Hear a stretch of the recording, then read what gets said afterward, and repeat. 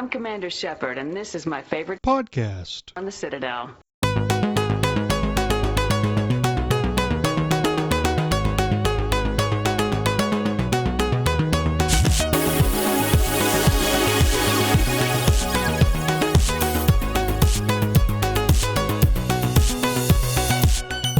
You are listening to Accidentally Casual, an audio soup of games and nerds as a podcast. My name is Minius of Minius GC, and with me is Tucker from Talking About Games. Probably say my favorite soup would be tomato soup, just because it's kind of a simple soup. It goes well with grilled cheese. What we're gonna have to do at some point is, Tucker, I'm gonna like catch what you're saying when you sound actually excited. And I'm just gonna plug that clip in every single time. I mean, it's kind of right afterwards. Tomato soup is good, but so you can sound like you're actually excited to do the podcast instead of whatever it is you my are. heart is here, but you could get excited about tomato soup. But you don't even sound excited about that. Well, because it's tomato soup. I mean, it's good. Tomato soup's good, especially if you have some grilled cheese or some sort of extra thing to go along with That's it. That's a little bit better. It's a solid, soup choice. Tucker, I want you to bring the zest. You used to bring zest. Dude, well, yeah, and then y'all kind of got angry when I actually left the podcast. Yeah, because we were recording in... Okay, whatever. And Scott from BioWare Babbling. Scott. What's up, nerds? Scott's with us. I'm sorry, gaming soup? Dude, okay, I'm trying to come up with something... because that sounds like it's some sort of gamer sweat. Oh. That's it. You know what? You completely ruined it now. Do I have to come up with something else and re-record it? No. Me ruining things is a staple in this. No, Scott, what's your favorite Scott soup? ruined it. You were ruining it in your own way where it's not actually interesting. Scott gave us a visual. I would love it if people in the comments told us what their favorite soup choices are. Okay. Yeah, that'd be very nice to know.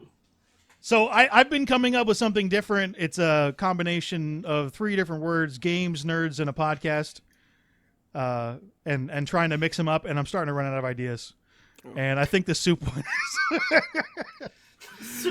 It's great and all. I just was not prepared for gamer soup. I don't. Well, I mean, that's not really what I meant. But the more you mention gamer soup, the less appealed I am with that intro. That sounds like a mistake on the maker's really end. Really gross. No, it's totally on my end. Well, I mean, Scott, what's your favorite soup? It's like soup? gamer bathwater. We never got the answer. We instead of bathwater, we bathe in tomato soup. I thought it was Delphine stuff. Oh, but what's your favorite soup, Scott? I don't think you ever answered. Ooh, I'm definitely a clam chowder type of guy. Clam chowder? Ooh, you'd love it then out here in Seattle. We got some clam chowder places right at Pike's Market. Ooh. I might be having to head to Seattle for a funeral, so I might have to check that out. Oh, well, that's not as exciting, but... Yeah, that's unfortunate. What about you, Minius? Are you with me with the tomato soup? You're seeming pretty agreed. Yeah, with no, that. I actually think that's the solid choice, even though it's not particularly interesting, but I dig it. So doesn't need to be, because it's no, more of you're the right. addition of what else it's you're right bringing. there. I mean, chicken noodle soup is also a go-to, but I don't eat either of those that often. So yeah. So big news this week. Hold Old on. School RuneScape got added to Steam. Oh, is that why I've seen you on there the whole time? Yeah, and ignore that I have it open right now. Oh my fucking god! I didn't even notice that, and I would have come up.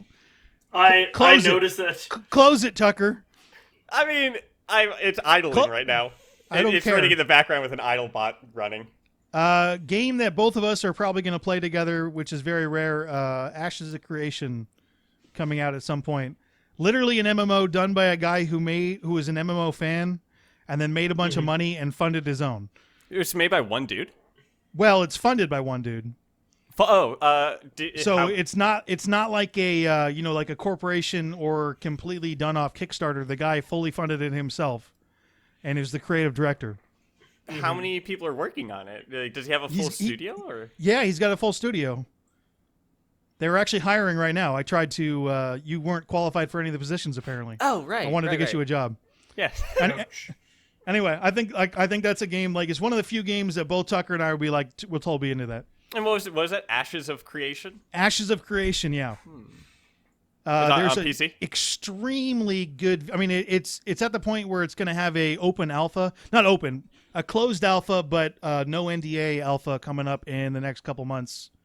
Ooh, There that's is a ridiculously good YouTube video done on it, and I'm gonna put that in the description box. That breaks it all down. If you're into MMOs, you might really like it there. Okay. Of creation. Who's the YouTuber that did this? Because I want to give him credit for it. TheLazyPeon, an MMO YouTuber, who it's a full. You're like, dude, this sounds great. And a lot of MMOs. I mean, to sidetrack, a lot of MMOs sound great and then never are because they run out of funding or something like that. But this is already self-funded, so that's why I'm interested in that. But anyway, if you want to chat MMOs, more about any kind of games, a difference with funding of MMOs compared to other games is that MMOs require more of a continuation funding. While normal games, you just kind of have a set, like, development will cost X amount, but MMOs it'll cost X amount, but then it goes then it needs to more continue. and more and more. Yeah, and it depends. more. At some point, I will get into this game more because that's actually one of the games I'm more interested in coming out. And I don't know how much it would be to the Mass Effect community. But if you want to talk games with our community, we have a Discord community. We do. Where you can commune with people. Yeah, how else can I put community in there? It's in the description box. Yeah, I was going to say, it should be right there in the description box. We have chats of gaming, movies, stuff like that. With the EA, or not EA, what was the PlayStation conference? What was it called? The State of Play. And you were excited for that, and I was like, you shouldn't be excited for that, and I was correct. Yeah, well, something I'm also curious with how our community would view it if we did like a live thing. I mean, we would have just been bummed the whole time that they didn't show the one game that we care about. Well, yeah, but I mean, if E3 or something like that, where there are much bigger games, that would be, I think, kind of fun because. Sure, it may not show specifically Mass Effect, but I'm sure they'd show a bunch of other games we can get excited for and talk about. The game would have been Horizon, and they didn't even show that. Oh, I thought you were meaning Mass Effect or Dragon. No, Age of course they're absolutely not going to show that. There's no way EA would give that away. Fair. No, EA's better with Microsoft, right? I feel like they're better, usually, and much I better. think like Microsoft or Sony would need to pay to show that, like have an actual partnership with money involved. Yeah. We also have an email address that people continue to write into and I promote, and I really missed an email earlier, and I want to blame Tucker for going on there and reading it and then making I don't even think I have access. I don't think you ever gave me have access. Oh, I do? And there's absolutely no way it was you. But I'll get to that. I'm going to blame Seeker now. Because she has access to it, I'm sure, because the stuff hasn't changed, and there's no way Seekers even doesn't care at all. So it's Ability Drain's fault, who doesn't even want to be on the podcast. Okay. Also, something really exciting happened to like 2 or 3 people who listen to the podcast. There's now an audio version of the podcast. Oh, finally! Woo-hoo! Where you can get the latest couple of episodes online and listen to it. On SoundCloud, it's back up there again. I looked at some other podcast services, and I did not like their terms of service at all. So we're back on SoundCloud, like Spotify or any of the bigger ones. I was like, oh, I can't figure out exactly how much I'm being screwed by this, so I didn't want to do it. Depending on how popular that is, we will expand a bit. But at least 2 episodes, we have limited upload space. I might just pay to have them all up there so you can download or stream all of those on there, depending on how popular they are. But the link to that is in the description box, and the latest 2 will be up there. They'll launch a little bit after the YouTube one, but they will be up. So there you go. All right. You guys ready? We actually have BioWare news this week. We do. Holy shit, a lot of it. Do we? So there are 3 things that popped up, and they have different levels of 3. importance and entrance. I know of 3. 2. You only know of 2? All right, we'll go with Tucker's 2. It's Anthem and Dragon Age not having a multiplayer. Yeah, but the other one was so much cooler than those. But yes, we'll start there. Wait, I would say the other one's sneakier. I would say that's the best way to. I guess so, and also might not be real. Possibly. I'll talk about that in a bit. But you want to talk about? So Anthem is being shut down. Yeah. Or no longer continued working on it. Mm-hmm. Tucker, you said you actually started playing it, huh? Yeah, I actually played it over the weekend because I did a video with another person that's within the BioWare community named JD. He did a podcast, The Freelancer Codex, and other things like that. Oh, yeah. Oh, shit, I know those guys. Yeah, I watch their stuff all the time. I did a video with him yesterday, recorded it, and it was about Anthem, so I was finally like, all right, we're going to talk about it on this podcast. I'm talking on that with JD. I'll finally play the game and actually get hands-on experience rather than just things I read about it and so on. And I am honestly kind of upset with how much I've been enjoying the game. It's really fun to a point, and then it comes crashing down. Yeah. I mean, it's the same thing with me personally that is with Cyberpunk. And I enjoy games. This is also why I'm enjoying old school RuneScape, besides just nostalgia, is that these are games that you can kind of half play. You can do other things while playing the game. That, like with old school RuneScape, I can type things or listen to books, like book on tapes or any of that kind of stuff. MMOs are great for that kind of stuff. Yeah, and I kind of treat Cyberpunk the same way. And Anthem, I was having a lot of fun flying around. All of the achievements in the game are pretty much complete X challenge with the guns, which is to just kill the certain people. Like, the achievements seem pretty doable. One of them was ridiculous. I remember that, and I'm like, I'm not doing this. And yeah, so it's like I'm just going to try to get all the achievements in the game. And okay, you're probably going to stop because one of them requires some serious grinding. Yeah, unless they changed it, which I haven't checked on.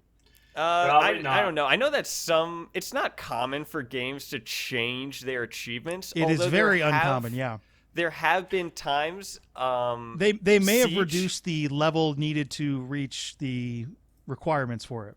Maybe. But Siege, they've changed their achievements. I think Destiny changed some of their achievements when they removed a bunch of content. Okay. Things like that. It's interesting because I kind of think the number one reason they cut this down is there's no way they can repay their investment for doing more on it, I think. Yeah, I mean are you going to rebuy Anthem? I mean, I already had it. I understand that, but like, who's going to rebuy Anthem? I mean, they're not going to get new people to buy it. Yeah, it's really unlikely. I mean, so where are they going to make their money from? Yeah, if they continue, they would definitely have grabbed some new people, but not enough to pay for it, though. Yeah, with them also working on Dragon Age and Mass Effect, that right there are two big projects that have high expectations going for them already right now. Yeah. It is understandable. Scott's played the most, so what do you got to say, Scott? Yeah. So when it comes to Anthem, it's funny because I think about the stuff I've said on the podcast, and man, I was wrong. Like, oh yeah, they're not gonna cancel it. They've shown it can make There's money. There's nothing wrong with optimism. I was optimistic too, but and then it got canceled. I'm like, ouch. Okay, I see how it is. So the one thing I kind of see from it, and this is kind of coming from the blog post from Christian Daly, Jason Schreier's stuff. Which Jason Schreier strikes again. What I am sad that it's going because I followed the concept art and the blog posts and stuff like that about the progress they were making, and it was like it actually looked really promising. I'm like, okay, I can dig this.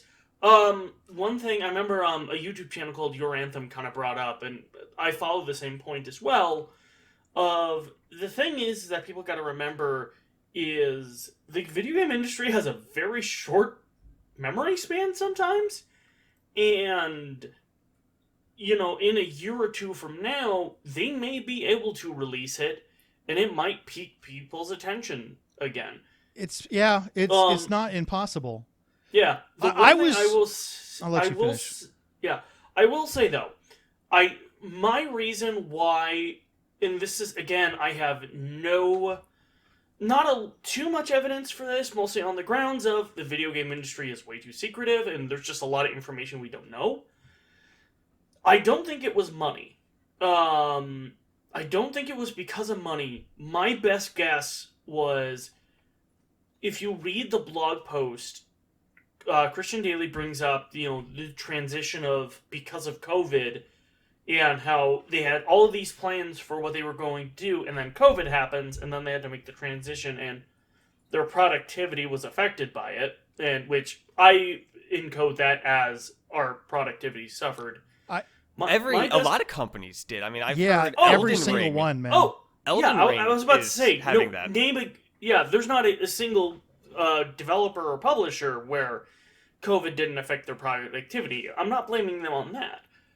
But my best guess in what happened before COVID was they were going to release Anthem next late 2021, and then they were going to release the next Dragon Age game late 2022. And so they were going to have like a few years of, like 3 years of really good games. But what happened was, with Anthem Next kind of, with productivity going down because everyone had to stay at home, my best guess on what happened was they kind of did some trajectory shit of, oh shit, these two games are going to be coming out within 6 months of each other, or even less, and we can't work and get two games out of this scale at the same time. It's just not possible. All right, so conspiracy theory number one. That's a lie. It's all about money for EA on that. They were going to hire more people, and I don't think they really care. I think some of it had to do with it. I think some of it has to do with it, but I think, to kind of finish my point of, with those two games kind of going to be releasing at the same time, just with productivity levels and how they was going, I think they went, fuck, we can't release two games at the same time and both have them polished to the standard they need to be, and so both would suffer from it. So I think they went, shit, we gotta sacrifice one or the other to make sure the other one is going to do well. And there are some things, and I'm going to go here and take it over from you, some things in Anthem that were fixable, like the loot system and the progression system, and there were some things that were fundamentally flawed, like that open world was not built for the way they ended up using combat. One of the most frustrating things about flying around there is that they have this really cool mechanic where you can cool yourself off and continue flying. But there is no stretch where you don't have to land at some point and walk. And you should be able to go from like water source to water source and stay flying if you zigzag around. And it wasn't built for it. So you can tell there was a major creative change at some point, and it just doesn't fit. Multiple. And there was multiple. Enemies are too far apart, and when you get into missions, everything's done in that open world, and the action just happens too slow. So there's a real fundamental problem, and then there's the other problems that were fixable. I think there's too much work to be done to get it to work. Did you know that you also cool your javelin off if you dive down? Yeah, it's very unlikely you're going to tell us something about the game we don't know.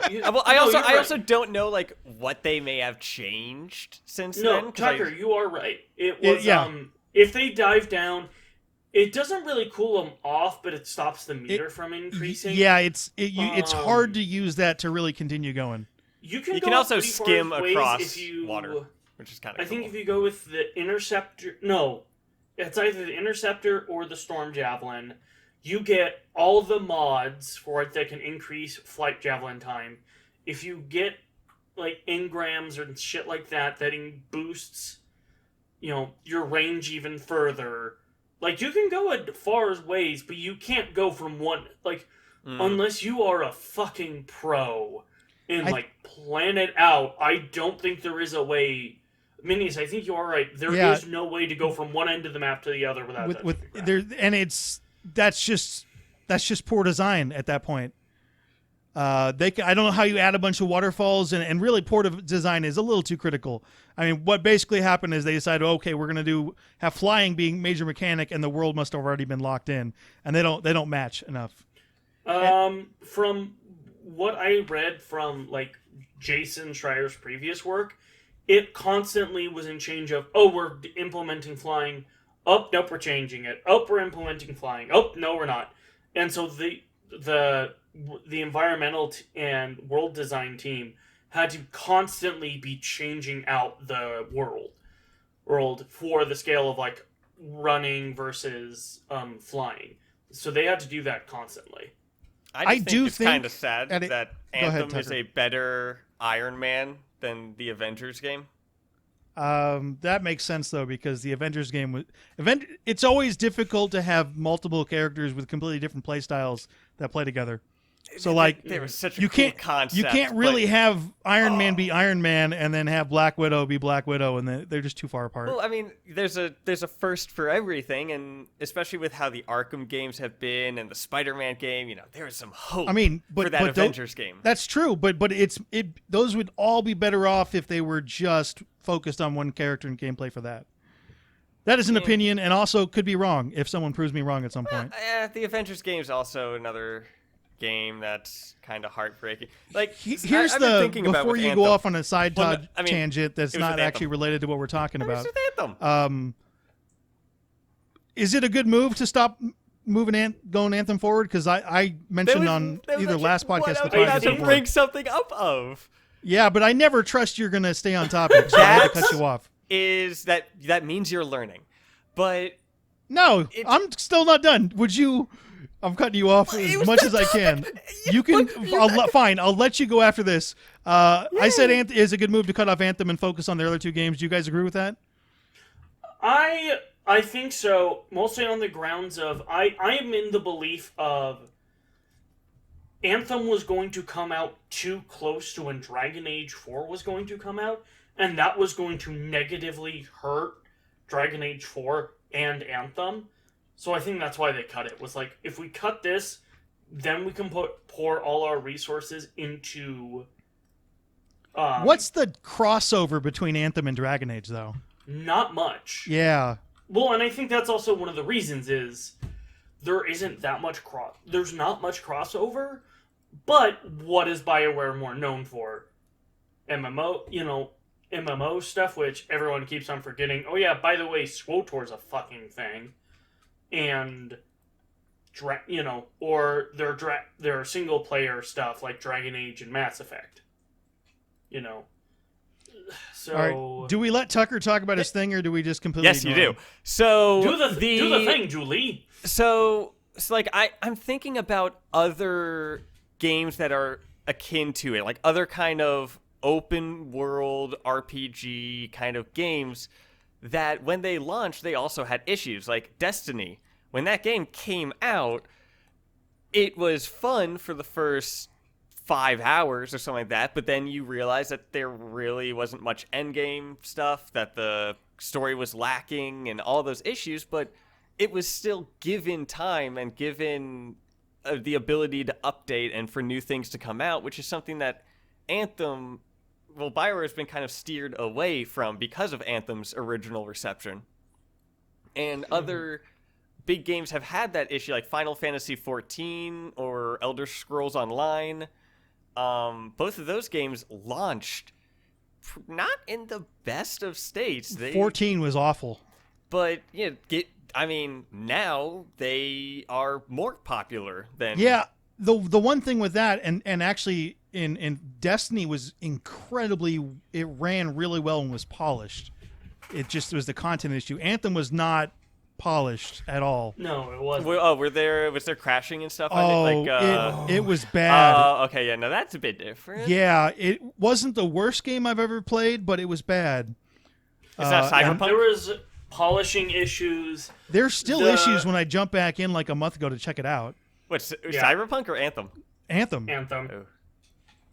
So it had like multiple things against it. The one thing Destiny did have is that game launched as an online game, the very first one, and it worked. Yeah. Like those games never work. Mm-hmm. And it worked and it was smooth. Any more to Cyberpunk or no? Not. I mean, I was gonna play it eventually, and then my friend talked about he got to the final decision and it crashed on him again. So I'm like, all right, I'm waiting at least a year. I'm not doing that. That's not good. My biggest problem actually with Cyberpunk was not the bugs, it was the way it handled and played, and I did not like it. So that I needed more to go there, and I needed the story to function. And if the story wasn't going to function without bugs, then I wasn't going to do it.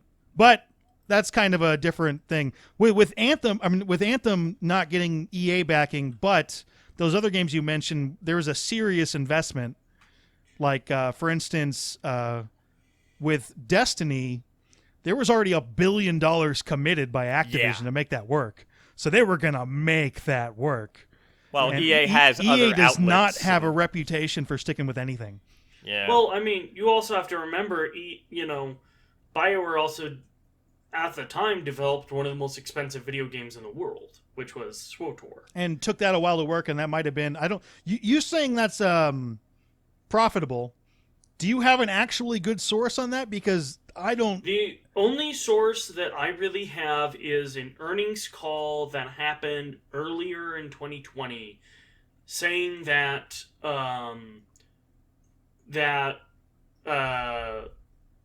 shit, why can't I do words? Fuck. Well, you're being tripped up by the super weird language they use in those earning calls, but go ahead. Yeah. What they said was it had made, in the 8 years that it had been running, it had made $1 billion. What was the cost of it? Probably half that, right?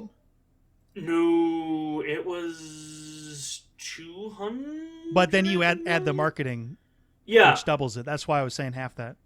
Yeah. And then the continued server cost and adding more stuff, and so that's why I'm putting it at half a billion.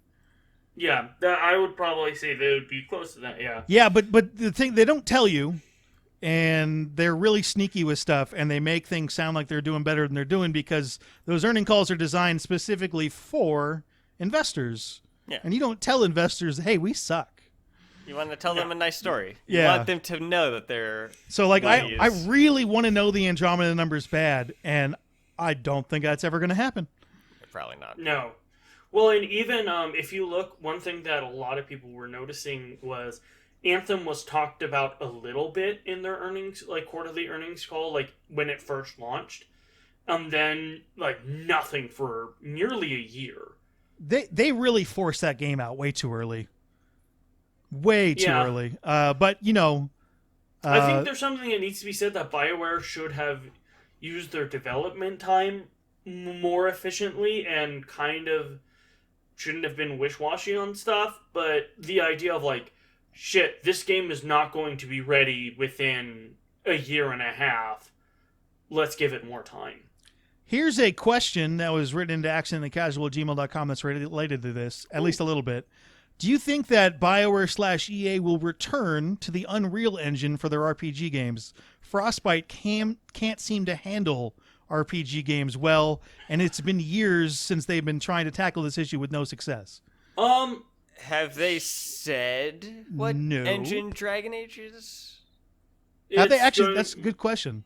I think they actually in the either in the 2018 trailer or in the most recent trailer. I think one of they had the brought to you by BioWare, EA, and I think one of them did have Frostbite. That was they're promoting that. The biggest problem with this using Unreal Engine as opposed to Frostbite is developed inside EA, and they don't have to pay anyone when they use it. Yeah. So it's cheaper to use Frostbite, but there's something wrong with that and the BioWare games. It's not working. It's not working. The one thing I will say is that I think what is going to determine that truly is going to be how well does Dragon Age 4 do with the Frostbite engine. And is that being confirmed being done on Frostbite? I'm damn near certain that it's being done in Frostbite. I would be surprised if EA uses anything else. Yeah. The reason why I think that more is going to determine it is the biggest reason why BioWare went with Frostbite originally was internal, and they needed a new... Because they were told to, man. It was... There wasn't any other reason? No, it was okay. So the originally, and I actually should know the source for this is Blood, Sweat, and Pixels. I have actually the book right on my desk, totally for a different thing though. And pretty much they started looking for a new engine in 2010. Because the engine that they were using, they weren't really satisfied with it and was limited in what they could do with it. So they wanted to do something different. What they did was they looked around, and especially at this point they had already been acquired by EA, and they saw the Frostbite engine and they saw what it could do. And they were really impressed by it. And so what they did was they decided, let's go with that, because one, we don't have to pay, other publishing costs. The biggest reason, though, is that we could work with other studios to make different, so then we can collab with each other and be able to develop stuff. And we can use that for essentially I can't remember the exact terminology that they use, but essentially reuse assets and stuff like that to make development easier. Conspiracy theory number 2. That is also a lie and cover for money. Oof. Well, I mean, there is absolutely no evidence to back up my conspiracy theories. Okay, I thought you were about to say like, there's no theory. There's no evidence, and it's like, well, this is by Jason Schreier. That sounds like PR speak to me. Well, he was talking with. Well, this is Jason Schreier, him talking to Mark Dura in an interview. Yeah, so. Why would you say anything other than positive things when you're dealing with a company that can fire you? I don't know what advantage you have to say. There's no advantage of saying like, we wanted to use a different engine, but EA made us use this one, and it's not working. Well, I mean, because that's all the what it looks like is that, and there's no way someone's going to come out and say that. And when you get let go by a major company, you always sign an NDA, so you don't say anything after that either. Yep. Yeah, I mean that's fair, but at the same time, like at least with what is kind of been said. It doesn't say that they also bring up, like, problems that they experienced as well. Like, that's what they were saying. Yeah. The reasoning, what I was trying to get to is, that's the reasoning why they went with Frostbite. The rest of the book, or at least the rest of the chapter that talks about the development of Inquisition, talks about, like, this, it wasn't built for it. We literally had to rebuild, like... I've only heard problems about Frostbite. I haven't. Yeah. They haven't really gotten anything to work yet. Like role-playing games and stuff. It works well for the Battlefield. Yeah, but it's a first-person shooter engine. That's what it's designed for, right? Yeah, and that's one thing that they bring up in the book. Well, is like, this was developed for that. There were also other issues that they were having where, like, between Anthem, Mass Effect Andromeda, and Inquisition, the 3 Frostbite games, there's not a lot of overlap. They couldn't really reuse a lot of assets and systems from it. So the whole point of, okay, well, reusing assets will be easier and things like that, kind of was null and void, because they kind of had to develop those games from scratch. Another thing that, as well, so, like, the Nomad, for example, that was actually done with the people who do, like, Need for Speed. Yeah. That's why it worked so well. So, in concept, that's what a lot of it was supposed to be. But if you also look... To cut this a little bit short, because we're continuing on about this, which isn't exactly what we meant. I think you can't argue that the results have not been positive. Oh, no. They have not done anything good with it. And the biggest thing the best thing that Frostbite has going for it is those games look fucking gorgeous. Oh yeah, but they're amazing. Other games other engines are kind of like Unreal 5 is going to come out relatively soon. Yeah. And that stuff looks good, and if it's much easier to use, boy, I wish they would switch. Another game that I've been playing over this past week is Battlefield 4. And that game came out 2015, something like that. Mm-hmm. And it still looks it still looks really good. Oh, Yeah, yeah. it's the Frostbite impressive. engine is phenomenal. For reference, visually. the Mass Effect games were made on Unreal 3, Yeah. and those seem to work on that. Yeah. So- I think the one... Well, yeah. 2 and 3, not the first What I thought the will first say, one was. Maybe not. on Unreal 3. I don't remember. I will say, though, I think what is going to determine if, hey, Frostbite's worth the investment or not, or really if, like, hey, do we need to jump to another thing, is going to be Dragon Age 4. Because that is going to be the first game where it is going to have these more recycled assets. You know, the fact they're using the Anthem code base, the fact that you're going to have decisions and characters and assets from Dragon Age Inquisition that we're going to now see in Dragon Age 4. I think that's what's going to determine it. Code base is not encouraging. Yeah, I know. That's not encouraging at all.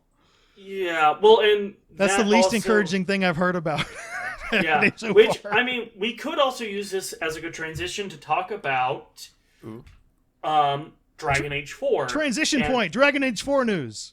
Yeah, the Dragon Age 4 news is that EA is now allowing BioWare to completely cut out all multiplayer aspects from Dragon Age 4. I like the language used. They're allowing them. Is that some, I That guess is that, much. that is the official language that they use. okay.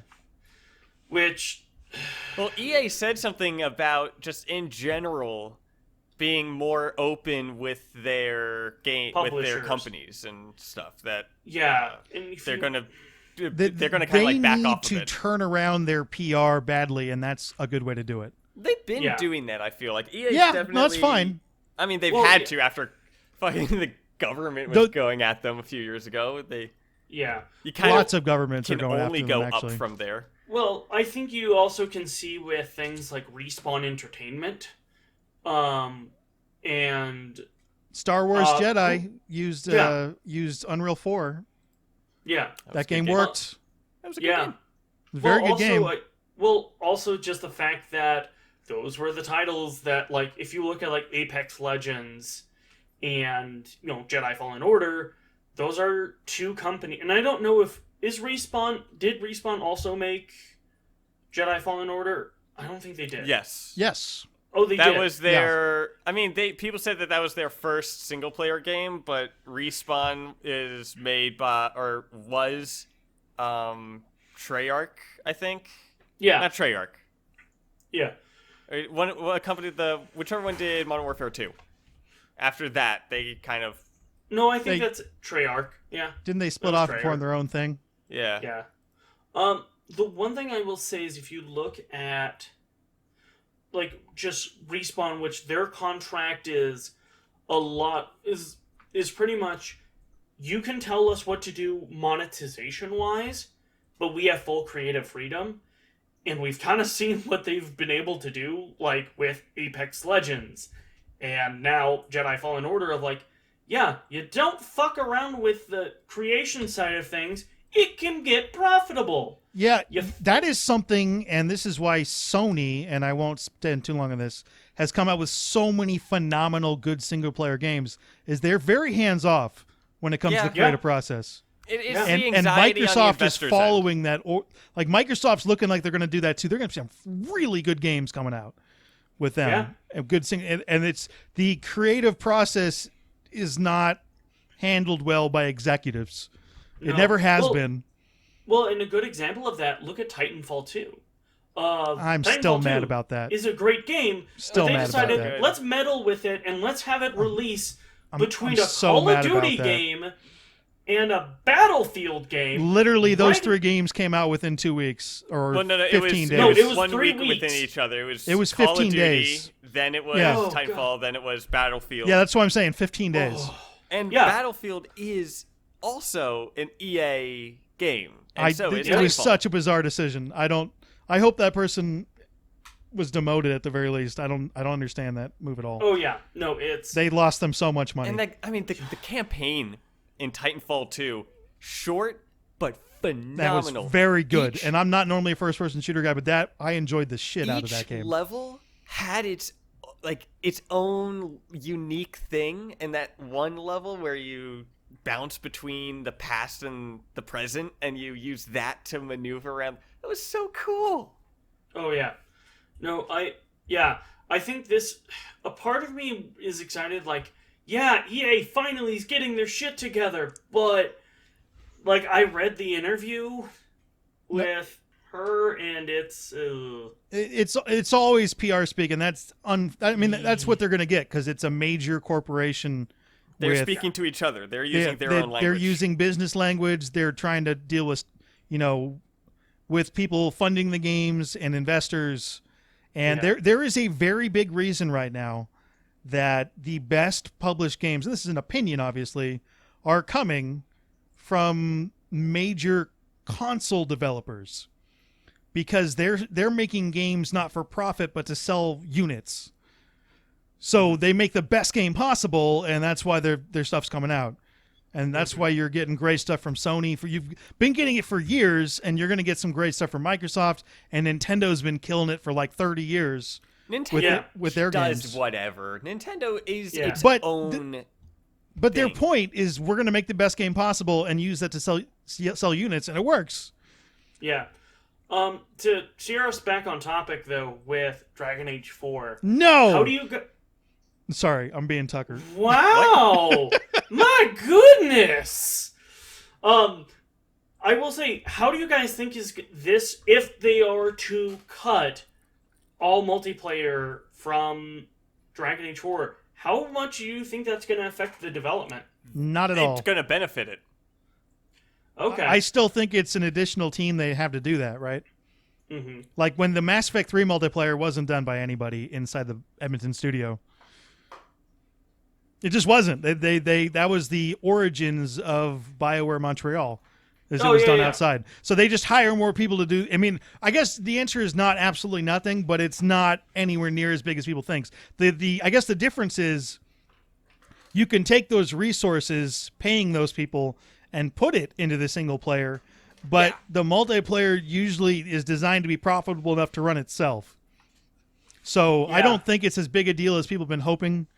And I like people who are really excited about it. I'm like, dude, what? So what? You don't like it? It's not there. You know what? I don't know anyone who really liked the multiplayer in Dragon Age. I just don't think that every game not many. needs multiplayer. So it's like Mass Effect. Like I know very little of Dragon Age but I'll play Mass Effect. Mass Effect feels better as a multiplayer game than the little bit of Dragon Age I played. I just couldn't. Yeah, really... from what I saw, you need more than 3 abilities in Dragon Age to have a functional character. Yeah, and you were limited to 3 in the multiplayer, and you needed like a tank, and the tank could do absolutely nothing. So it just didn't work.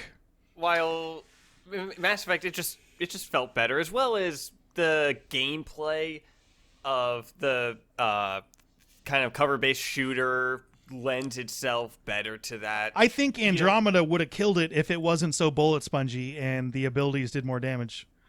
Yeah. I mean, like, I got to be honest. I'm slightly worried that the next Mass Effect they'll retreat from multiplayer, and I think they should go in the other direction with that. Yeah. I hope it has multiplayer. If it doesn't, I am gonna be pissed. And I will say, if they do, I really hope they just go, "Yo, BioWare Austin." Yeah, no, that's you create a new studio to do that. Yeah.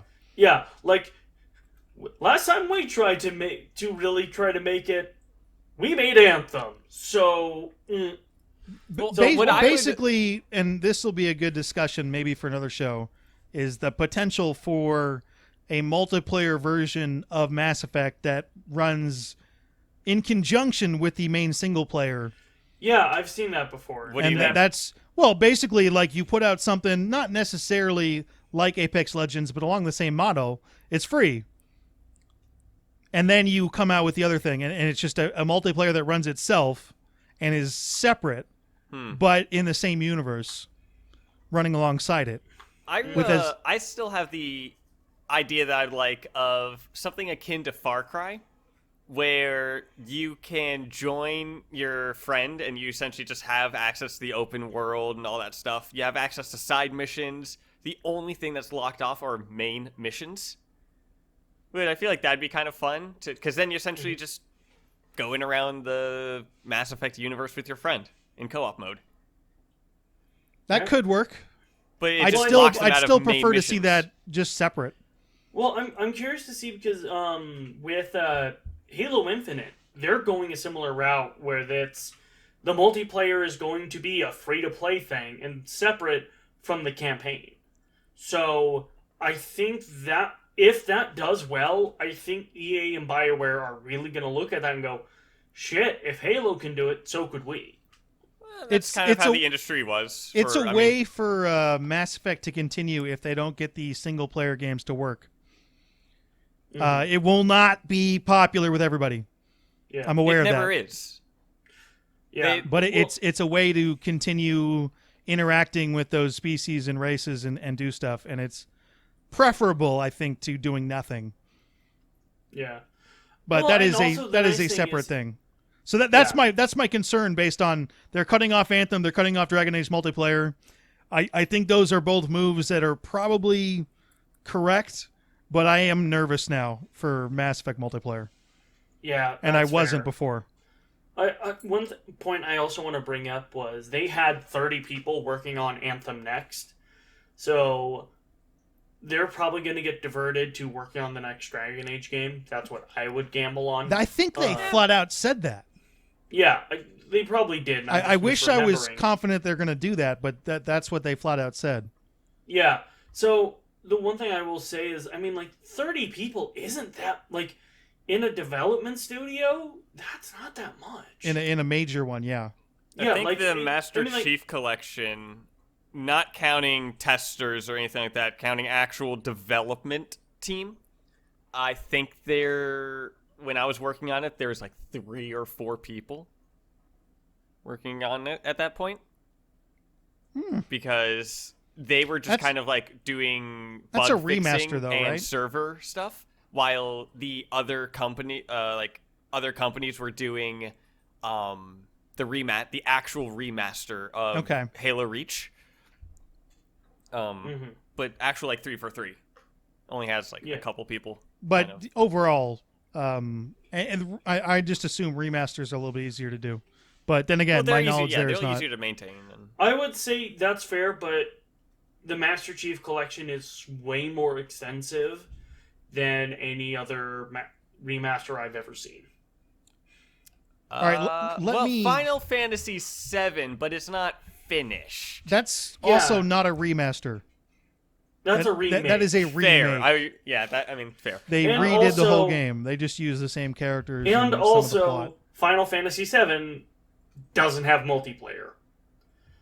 Well, yeah, but I mean, the remaster of Final Fantasy VII is It's not a remaster. remake. Yeah, it's Yeah. a entire it really is an entirely different game. Well, I think maybe one thing to even add more to, hopefully it'll come, to supporting like, hey, cutting off multiplayer for Dragon Age is a good idea. It was Aaron Flynn, I think is his name, the head of essentially Mass Effect. Was former GM. Yeah, was former GM. Very nice guy, by the way. Really? Got to meet him. Yeah, ridiculously nice, actually. I'm definitely not jealous, you bastard. Not jealous at all. Anyway, moving on. I remember in some of the interviews he was saying like the reason why they cut the Mass Effect multiplayer from the remaster was because it would take just as much work. I believe that was Mike Gamble or okay. Yeah, Aaron Flynn is no longer with BioWare. In fact, he's got his own studio that you started crazy interested to see what they're doing. Okay, but so I didn't know Michael that's what Gamble. Yeah, when he left, he took some people with him. Yeah, just Minius, just make me sound more competent. And say Okay, I said Michael Gamble the first time. I think you're thinking of Mac Walters specifically. Oh, for fuck's God! Yeah, and Brain, why do I suck? Whoop, whoop. Yeah, Mac Walters is the guy heading that up, and he said that it would cost too much to do The Mass Effect 3 multiplayer. That one. Thank you. Do you want to start over and I'll edit it together? Nope. I want people to see how dumb I am. Confident. Be confident with your. I'm just. Your information though is correct based on what he said. Yeah. He said it was too much money. Yeah, it would be just as much as the redoing Mass Effect 1. Yeah. So I mean, if it's really that time extensive to do that, yeah. I mean, and I want to not believe him, although he's probably correct. Yeah. Very likely correct. Yeah, very likely correct. That is the one thing. I mean, you want to summarize what's going on. 3 things that happened the last year, basically. 2 in the last week. Dragon Age 4, no multiplayer. Anthem, a multiplayer game, completely cut out. Mass Effect Remaster, no multiplayer. That's more than a trend. Yeah. Jedi Fallen Order didn't have multiplayer? Yeah. Well, I mean, these are BioWare games. I know. But yeah. Well, and they've also been hiring a lot of people for multiplayer stuff in the last 4 or 5 years. So, uh-oh. You know, yeah. And it's something that's a wee bit weird, or not weird, I'm guessing EA seeing the money in it, is they were earlier talking about how they're not going to do remasters, and then suddenly a bunch of remasters are coming out, like Need for Speed. They realized it wasn't a good business model to not do that. Red Alert 1 got a remaster, and I think Red Alert 2 is on its way to be getting a remaster. Yeah. I think a lot of that is just EA as a publisher. They really don't understand the gaming community. And, like, yeah, they look at these, like, they try to analyze the gaming industry in almost the wrong way.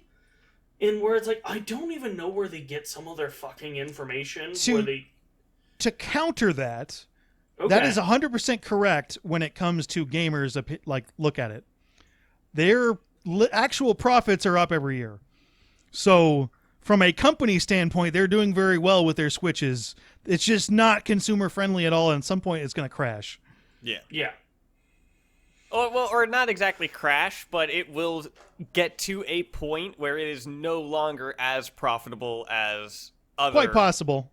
Like, it is a thing that's, it's profitable in the beginning of it, but in the long term, it starts to I think they've down. Noticed this, and they've started to shift.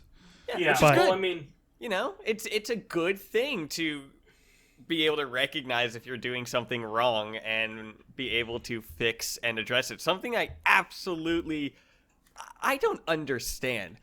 When EA has been trying to, like, fix some of the things that they've done, and then people go at them for that, like, if they're trying to make themselves, like, if they're giving out a free DLC with Battlefront 2 as sort of a thing of, like, the microtransaction, the whole fix they did with that and how they were trying to fix it, and people were going at them for it, it's like, well, you know, you can insult them for the stuff that they did, but they're fixing it. You know, why are you insulting that? I don't get that. Yeah, that's... At this point, that's just complaining to complain. Like, that's just you just want to insult them, or for some reason, I don't get that. Well, it's fun. I was actually going to bring this up and apologize to you specifically, Tucker. I realized something over the last month. You did nothing, and nothing is your fault. I had an outlet for being a crotchety old man, which I'm not. I just act like a crotchety old man. Is going to San Jose Sharks games. It's hockey. It's not really related to this, but me and my friend would sit and we would complain the entire time and yell and then laugh because we sound like crotchety old men, even though we're the youngest people in our row. But I can no longer do that, so now I complain about you. To you. Yeah, I mean, that's kind of like, you know, so I'm like taking reunion. all of that out on you, all of it. Yeah, sounds like I'm back with my family. Yeah, it's just like, all right, I'll use Tucker as an outlet for me complaining. And I can't, it's not like I can go anywhere right now or do anything. And the Sharks are still in them. And I'm sitting there and I want to complain about the Sharks, got no one to complain about it with. I mean, I can text people. That's no fun. Well, there's the internet. There's a lot of people. There's a lot of angry people on the internet. It's nowhere near as fun to do that as it is to complain while you're in the same building with the people or talking to them. So what you're saying is we need like professional hockey to get its shit together. The hockey's going on. I just cannot attend it. Do you know what sounds like that might be able to fix that? Is doing more like live streaming or something like that, so you can be more social. Be as crotchety. Well, so you can have. No, the point is I can be crotchety somewhere else and then be nicer in those. Yeah, or that could be your niche. Be a crotchety old man. Yeah. Crotchety. How many times have you used crotchety? I don't know. I mean, I think it's a really good word. I mean, I think it's starting to lose if I meaning, use the word crotch, it's usually in a different context. The context is close enough. No, I crotchety. say that those are different definitions. Okay. Oh, sweet Jesus Christ. So the other very interesting thing that came out of BioWare this last week. Ooh, yes. What is the secret third thing? It's not secret. Oh. It's weirdly enough. So there's a picture of Henry Cavill, who is an actor who played Superman. Yeah, the Mass Effect TV who show also is Geralt in The Witcher, and he's getting his makeup done, and he takes a selfie of himself, and in the selfie he is holding not a script, but what looks like a pitch for a Mass Effect series. And you can read it. You can it's fuzzy, but you can see it clearly. There, Talizor is very clearly. Cerberus is in there very clearly. So there's Geth. So that looks like a pitch for, I'm going to assume, a Mass Effect series, maybe a movie, maybe a miniseries. That he is reading over. Theory. Go ahead. This is Netflix, because how they have Geralt, or they have Henry Cavill as Geralt in The Witcher, so they already have decent contracts with him. It seems like, it would be a Netflix. It'd be the most likely. And Netflix did Bandersnatch. Netflix is doing a ton of... I'm interrupting you again. They're doing a ton of video game stuff, though. Well, I mean, you can play Minecraft Story Mode on Netflix, but Netflix did Bandersnatch with Black Mirror director, so they might take a Mass Effect either movie, very small guest, it's a show, and have it in the manner of Bandersnatch, of where you make choices in a TV show or movie, kind of like a choose your own adventure. That's the best option for them. And I was thinking that too, like a choose your own option and choose your own, it'd be like the games, except. And that's why I tell you that you need to check out Bandersnatch, because I'm never gonna do that. This choice thing, and it's also because it's Black Mirror, it's like Twilight Zone, but the other thing that perfect place for Mass Effect. No, it would be. I just think the one issue that Mass Effect has with this, and it's a very big issue, is to do Mass Effect right, it'd be ridiculously expensive. Yeah. Especially if you're doing the Shepard story, ridiculously expensive. Now, if you had a ship with a crew that bummed around in the universe while this stuff was going on, that would not be as expensive. Does it? And there are lower budget stuff. So, I think that would be better from an interest standpoint. I mean, it would make a better show. I don't think it would be more interesting to people, but it'd make a better show. If you do Shepard, then wouldn't that kind of get into the argument of now there's a canon gender that is chosen, and the I choices think in it's more movie along or the show, lines of this is in a different version of it, like it's like Spider-Man. an alternate timeline. So yeah, Spider. There's 8 of them, 8 Spider-Men.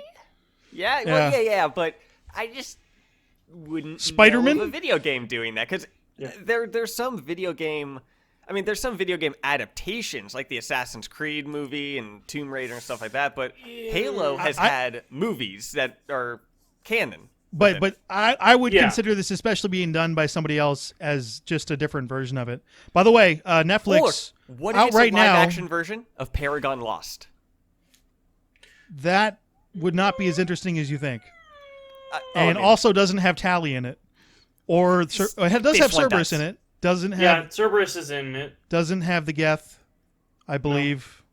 Has some It's just really the collectors. awesome representations of anime biotics, though. I enjoyed the shit out of that.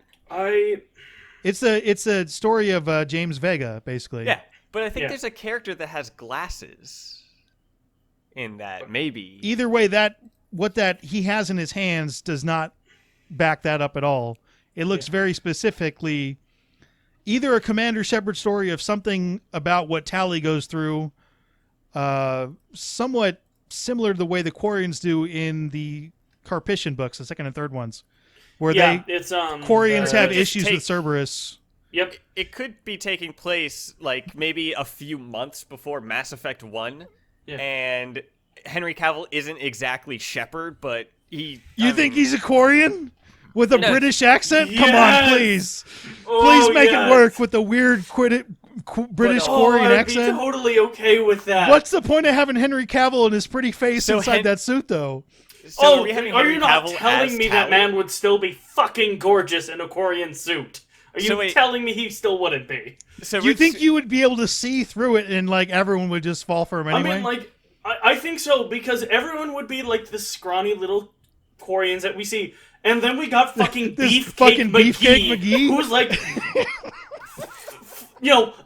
2 feet taller than all the other Quarians, who looks like he ate 3 other Quarians to get to the form he's in.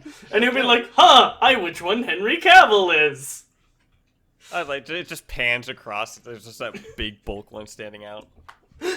To back up the Netflix thing, which Tucker brought up, which is by far the most likely thing. So far, right now, other than Minecraft Story Mode and The Witcher, there's obviously a Castlevania anime. Oh, yeah. A Dragon's Dogma anime. There is literally a Dota anime coming out. They've got a Resident Evil live-action series in the chamber, including an animated one. An Assassin's Creed live-action series is in the works. There is a cyberpunk anime they have going in the works. Ooh. Splinter Cell, Tomb Raider, fucking Angry Birds. Well, Angry Birds had a movie adaptation. I'm aware of that, but these are all like... And I think that actually did well. These are all more than rumored. And there's also the Skyrim board game coming out. Well, no, I'm just talking about specifically Netflix things. I know. Yeah. But there's I also do not want to play a Skyrim board game on Netflix. That sounds stupid. So Skyrim now is available on, like...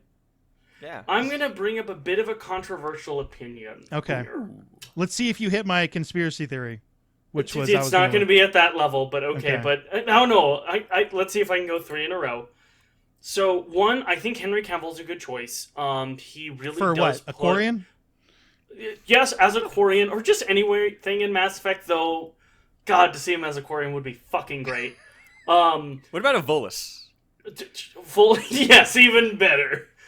He's the one that works for the Shadow Broker? Yes. Anyway, so because of the fact that he puts, especially in nerd projects, like he did it with the Witcher series and a few others, he would do the same, my best guess, for Mass Effect. And so in that regard, I think he's a phenomenal choice. I have no problem with him being in a Mass Effect TV show. That wasn't conspiracy enough. That being said, however, okay, I do not think that it is a good idea to make a Mass Effect TV series or movie.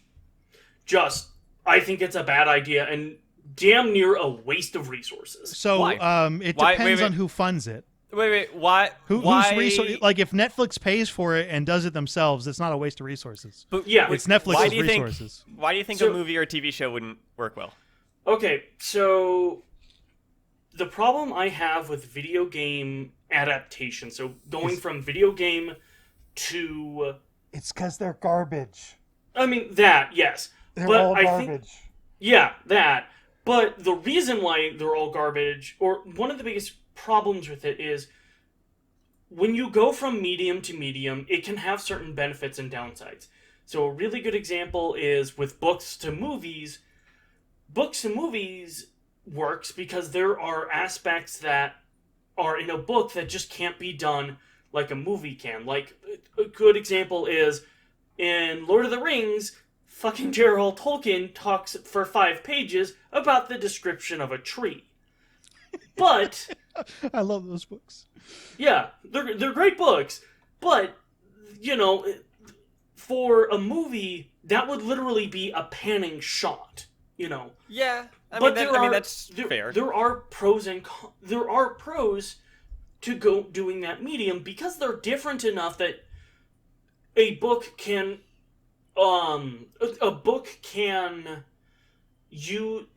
making the jump, it can benefit from those. The problem is with video games to film of any type, movie or TV show, is the fact that they are so similar with each other in like visual storytelling and things like that, that really what differentiates them is the interactive capability of it. So the problem is going from a video game to a TV show, you lose that one thing that made it that made that story somewhat special because it was built with that interactiveness in mind. Now that's gone. And so, really, the problem is, what does a video game really benefit from being a movie adaptation that it can't just do as a video game? Well, that would boil down to that depends on what type of video game. In RPG, yes, that would make more sense. But if there is a movie of What Remains of Edith Finch or something like that kind of would continue that story, that would fit beautifully because that already would fit the narrative that is already given to the player. Yeah, and but the Need for Speed movie, I think it was just bad in general. But yeah. The best video game movies take some of the characters and the concepts and are extremely, extremely liberal with them. Yeah. They don't follow the plot of the games. The plot of games, sometimes you enjoy this. They're not usually that great for movies.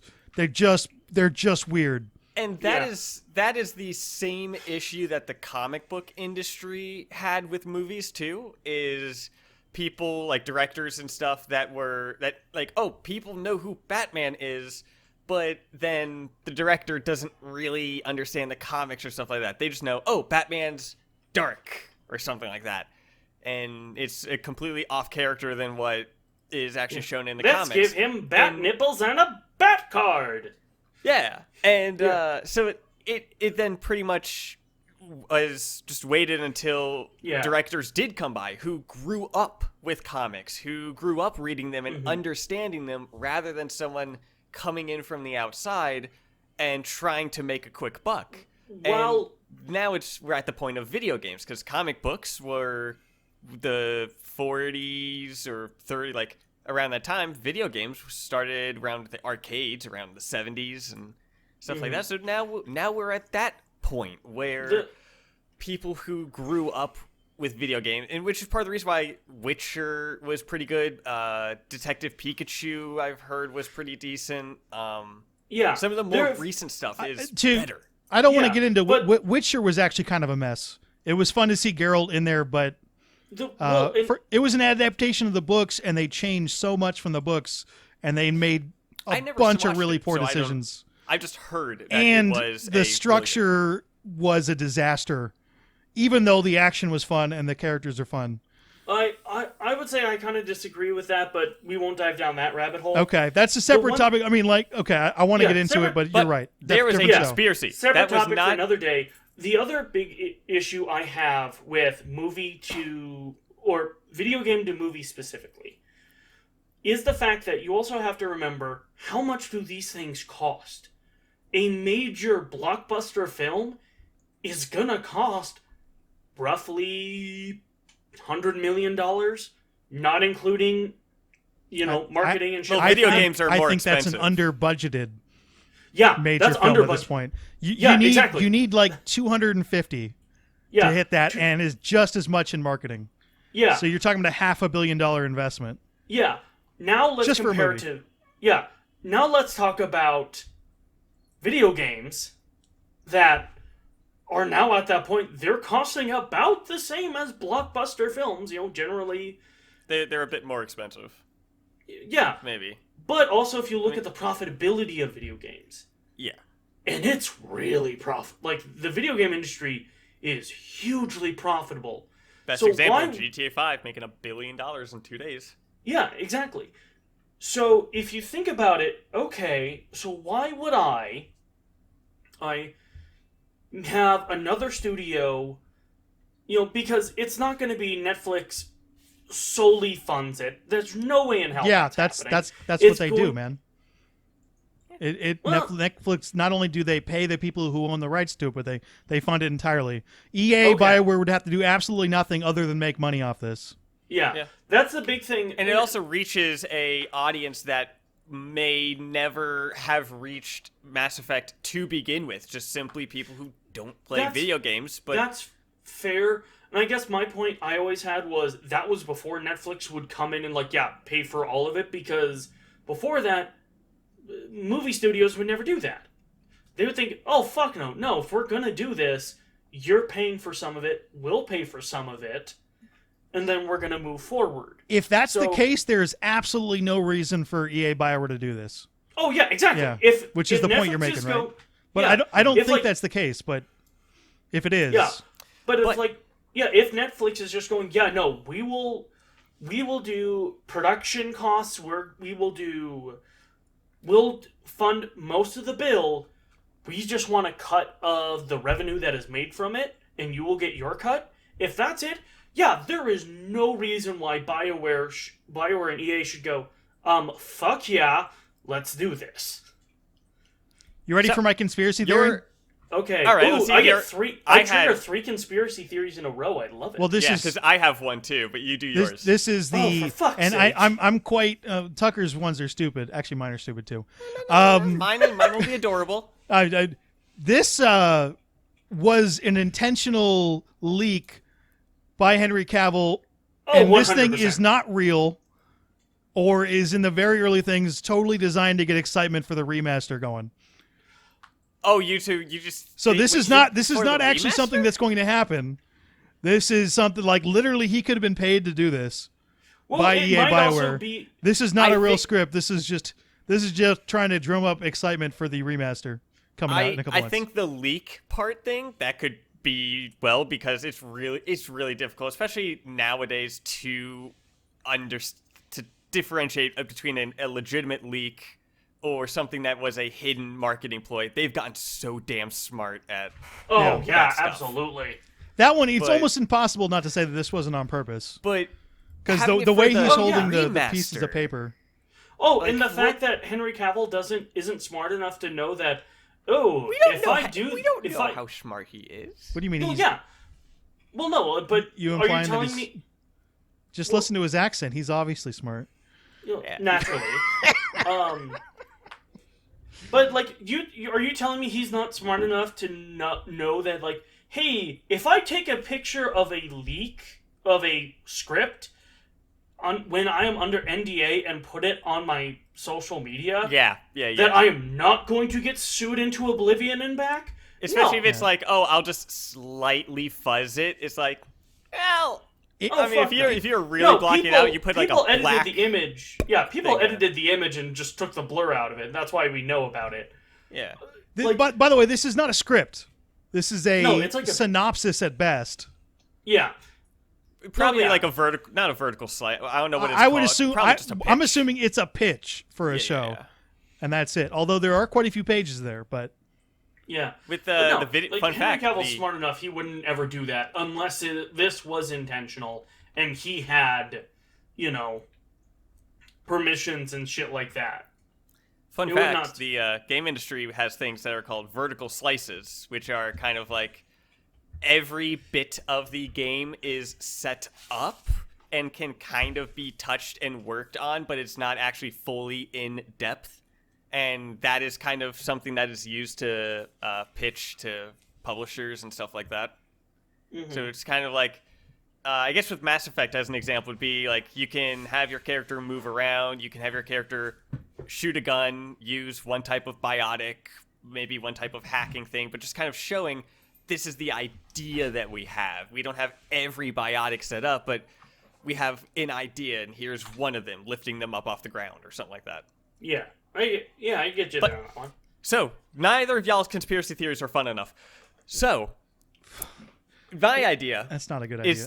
is that Henry Cavill, so is if that paper has something. He's a reaper. He's a reaper plant, and we're all going to die. He's indoctrinated. That's the real Mass Effect 3 ending. He wakes up as Henry Cavill. I would be totally okay with that. But, where was I going? Right. Oh my God! You're literally pulling this out of your ass as you go. Why should we let you talk anymore? That is my life, because I like to provide happiness and laughter to those around me. I like to think. I like to be a positive person. Come on. Well, so, okay, let's bring that Henry Cavill. He has a piece of paper that has Mass Effect on it. And he is a solid dude. When he goes into his roles, he researches them. He does his proper research. He did that with Superman, and he did that with Witcher. That he actually, read some of the comics or the books and played the game. Got into it. Yeah, what? So he would also be doing that with Mass Effect. I'm running a theory that Henry Cavill is probably at some point tip-tapping away on YouTube. He maybe stumbles upon one of our podcasts. Henry Cavill, if you're listening, you are absolutely invited onto this podcast at any goddamn moment you choose. That would be such a low point for him.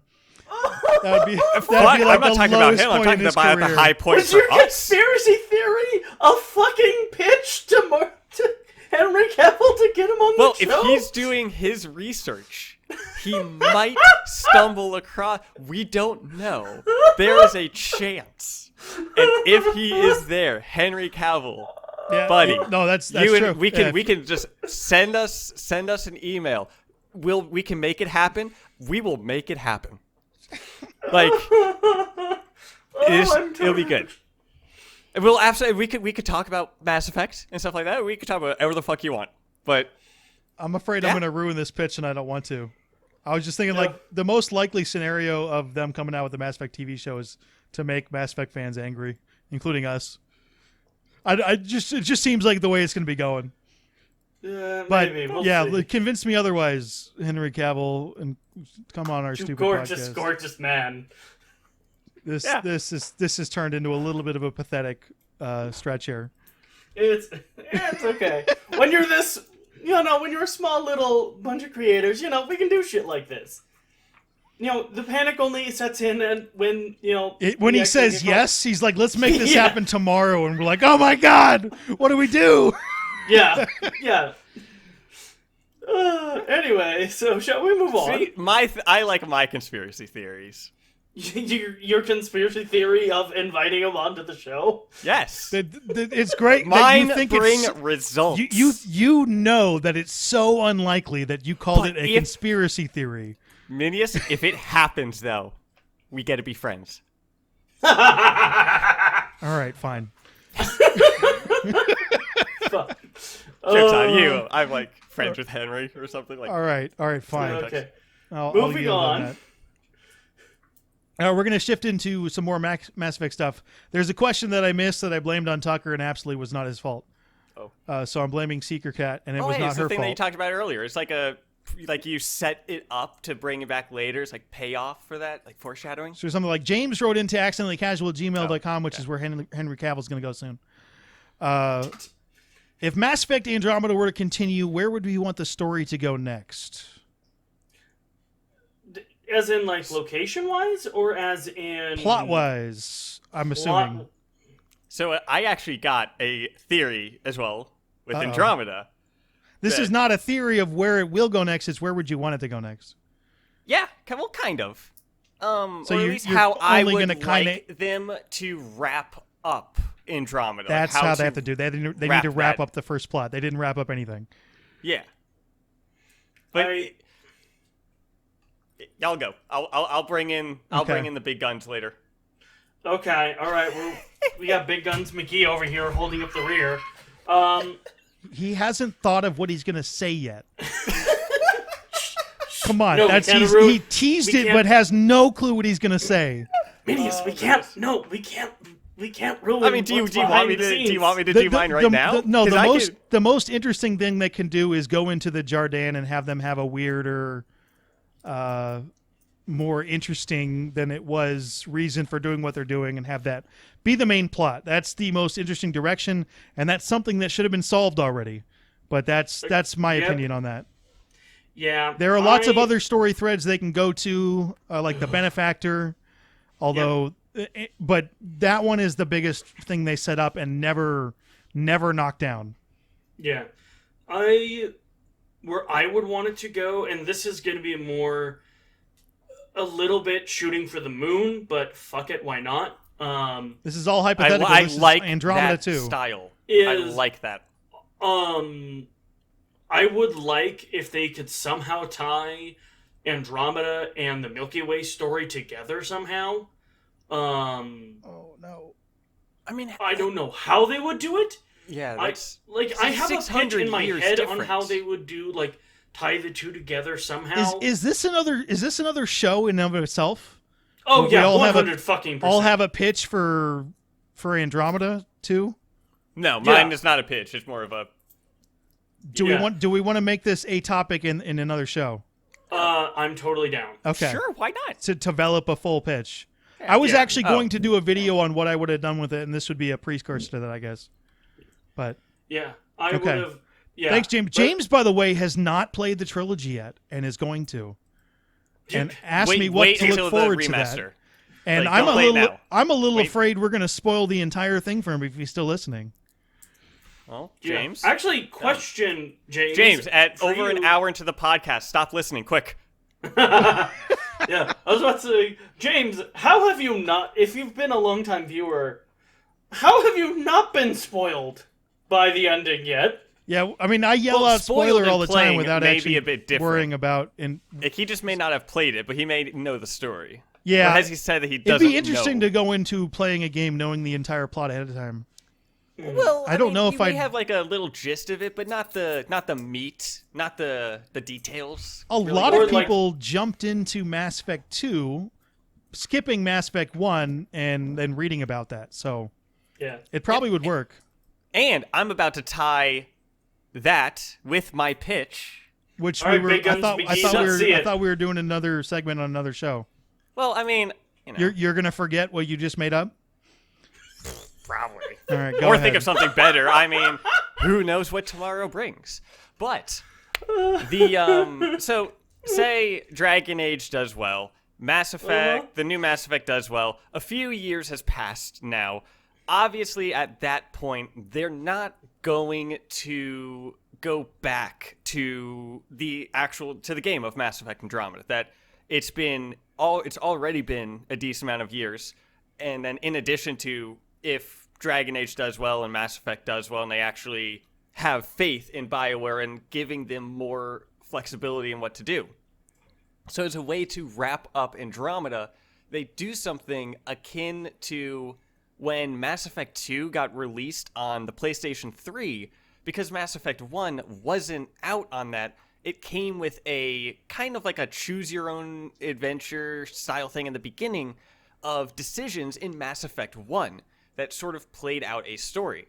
They could do something like that with Mass Effect Andromeda of tail-end stories, just to kind of wrap it up as a way of just to kind of bundle that in with it. So it wouldn't be full-end DLC where you're playing the game, because at that point it would be too far to get back into that engine and to even release DLC for something of that game. But as hey, things are going better, our previous games did well, we have so much brighter stuff in the future, and as a thank you for y'all sticking with us with this time, here's this thing, this wrap up of Andromeda that we never really got to, and we have a little bit of extra time. So here's a comic book, choose your own adventure type of style to wrap up Mass Effect artwork is fun, so I would enjoy that just for that. Oh yeah, that would be, I think, the all around, the best way for the fans to get it, the best way for it to react to the developers, as an all around, everyone would win in that scenario in some form, rather than one side having a much higher winning thing than the other. It's like that would be a great middle ground, I feel. And that is if BioWare is successful with Dragon Age 4 and the next Mass Effect, and I think are essentially allowed to do stuff. Andromeda 2 is very unlikely because let's say the next Mass Effect game, which is and I'll cut this off. People are convinced that, Scott, what you're saying is going to happen, and these two universes are going to be combined, the Andromeda and Milky Way. There was hinted to a little bit that they want to do that. There are so many plot problems with that at the moment. I mean, specifically time stuff. Difference. Like Andromeda takes place like at least 600 years after the Mass Effect trilogy. Hey, I didn't say that this. Yeah. I said it was a shot to the moon for a reason. And it did show Liara. Yeah. So. Which she'll be alive 600 years after the Mass Effect trilogy, unless something horrible happens to her. I think we are all kind of in the same boat of the idea that this next Mass Effect game is sooner rather than later in relation to time period of the trilogy. Probably much closer to Shepard's story than otherwise. That would be my guess. No, nothing backing that up yet. But the arcs would still be in cryo sleep on their way to Andromeda at this point. The biggest thing is if that's successful, they need to continue with that instead of going back to Andromeda. That was the point I was getting to. Yeah. I mean, it could be like the Halo series has Halo 1, 2, 3. Do you and like Halo? Halo? ODST, dude. Halo you never talk is about Halo awesome. anymore. Well, because there's some things that's a bit more difficult to talk about because I've worked on. Tucker's worked on Halo and can't talk about it. Yeah, there's. Am I allowed to say that? Yeah. Okay. I mean that's fine. That it's just more of he's like literally under an NDA, so. Yeah, it's more of I can't remember exactly what's under that is the NDA way to and say what's that. not. Is that you're not under an NDA, you just don't remember anything you did? No. I just don't remember what's under. I mean, I know what's under NDA, everything, but I just don't remember what's been officially announced. There could be something under NDA that you don't realize is there. Well, I don't know what's been officially announced and what hasn't, so I'm just kind of quiet. Just quiet. Yeah, that's why we haven't talked very much Halo. But well, except me apparently. Halo had ODST, which was kind of its own side story that kind of related to the main story, but was its own contained thing, and that's what Mass Effect Andromeda could be. It could be its a side story of the Mass Effect series and kind of left at that. Yeah, I think your option is the best, or a comic book in of itself ending it. That's the most likely ending for Mass Effect Andromeda. It is. I don't know if I like that. And or I know fans we would will be do pissed. it, and I'll draw it, and it'll be just a disaster. What is the name of this website? Just like Andromeda. It is. There's a website where you can kind of choose your own adventure, and I worked on some of that stuff when I was at Full Sail.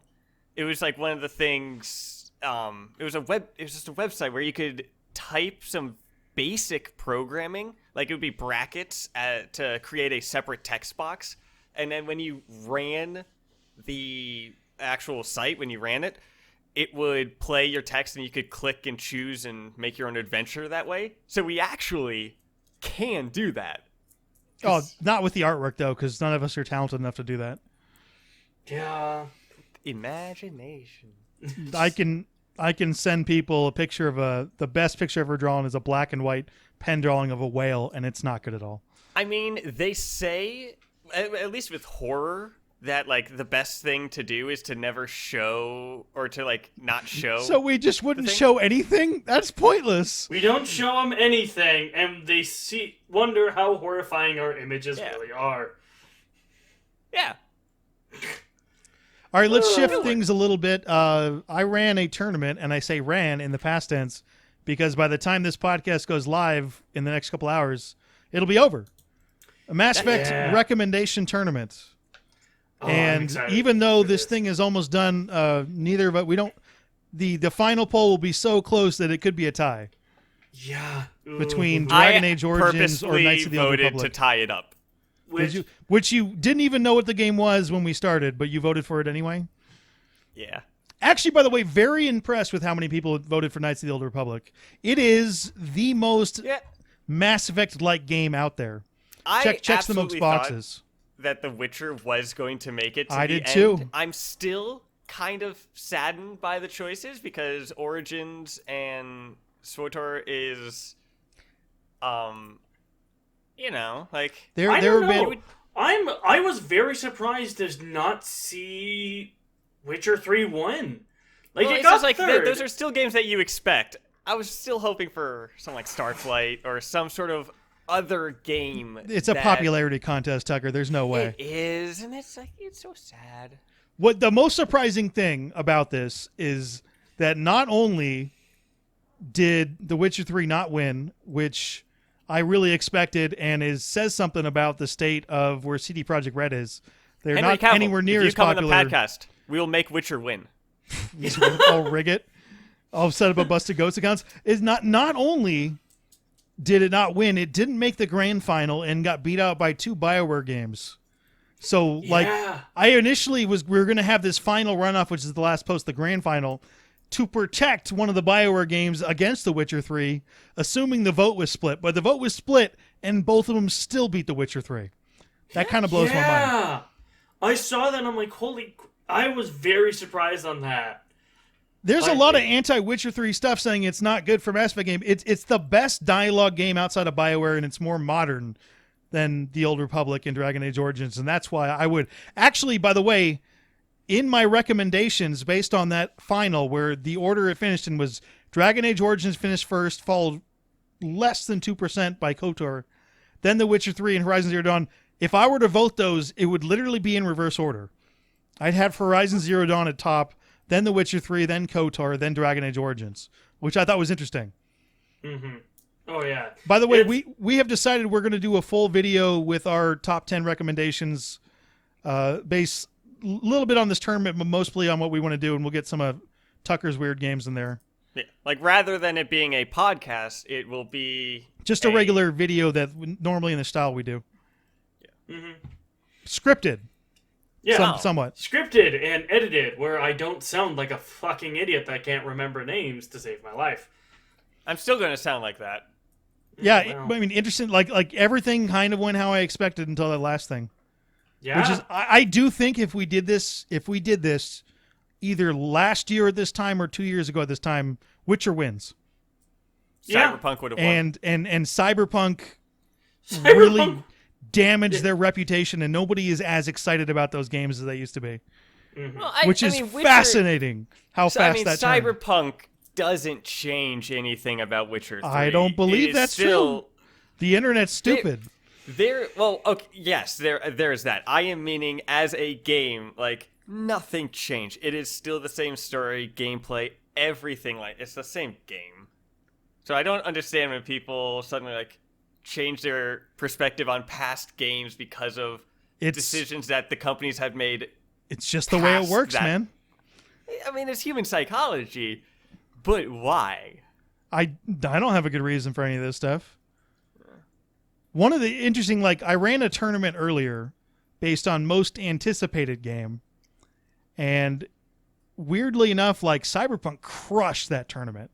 Beat out Dragon Age 4 by a lot, which is one of the reasons why I'm so surprised that the tournament ended up the way it did. But yeah, I put on that final thing of what game should win, I put a GIF of old school RuneScape, and speaking of that, I tapped back to it, and there's a snowball fight going on that really confuses me. All right, damn it, Tucker, fucking close that game. All right, so thanks for doing. I have another tournament lined up that's going to coincide with the launch of the launch of the launch of the remaster. So it'll finish up right as that comes out.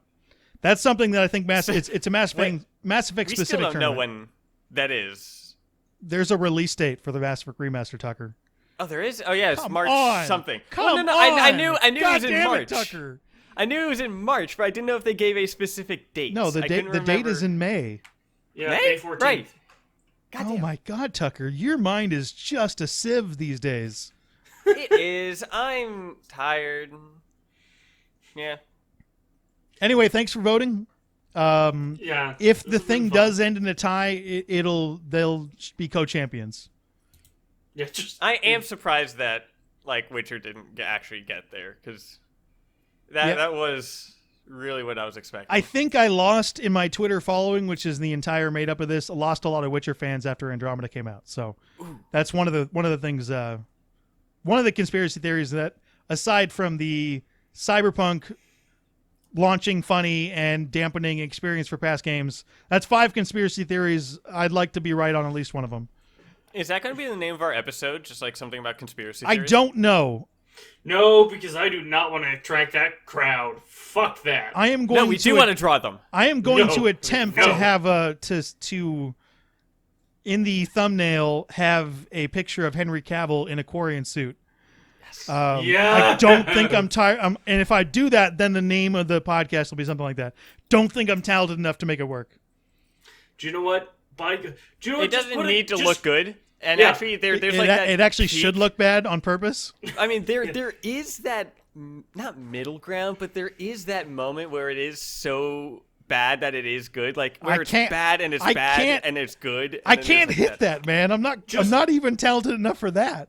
Just literally get an image of Henry Cavill's face and just supersede it. I already while Tucker was saying dumb shit, I already got 2 pictures that I'm going to work with. So wait, you only found 2 pictures over the span of an hour? No, I found many pictures. I found 2 where he's facing in the same direction as a male Quarian. Yeah, but I've been saying dumb shit for like over an hour. How long have you been looking? I mean, it took me like 2 minutes. I did it already. Yeah. All right, one thing I want to touch on. I asked you guys both to play the Outriders demo. You both don't care enough, which is fine. Well, no. Was... I care. I was just playing Anthem. Because that was a bit of a higher precedent. I saw that. You asked me like, hey, you guys could get it, and I'm like, it's free. It's out right now. It's just a demo, right? It's interesting. Like when it came out, like people don't do this anymore. They called it a demo, but all your progress actually carries over to the main game and is free. Yeah. So that was like Fable 2 did that. When did that come out though? A while ago, but I think Exactly. that's another. I'm trying to remember other games that have done that. So I was originally going to do a video on, because there's the combat in it is very, very similar in concept to Mass Effect 3.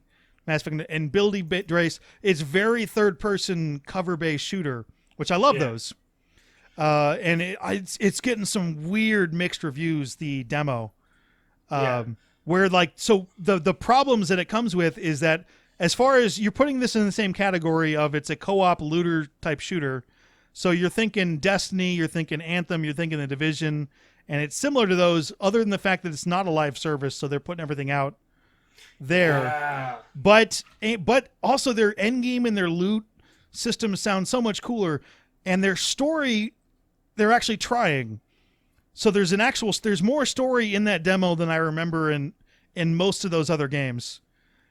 Including one character that is far more interesting than any character in any of the 3 games I mentioned.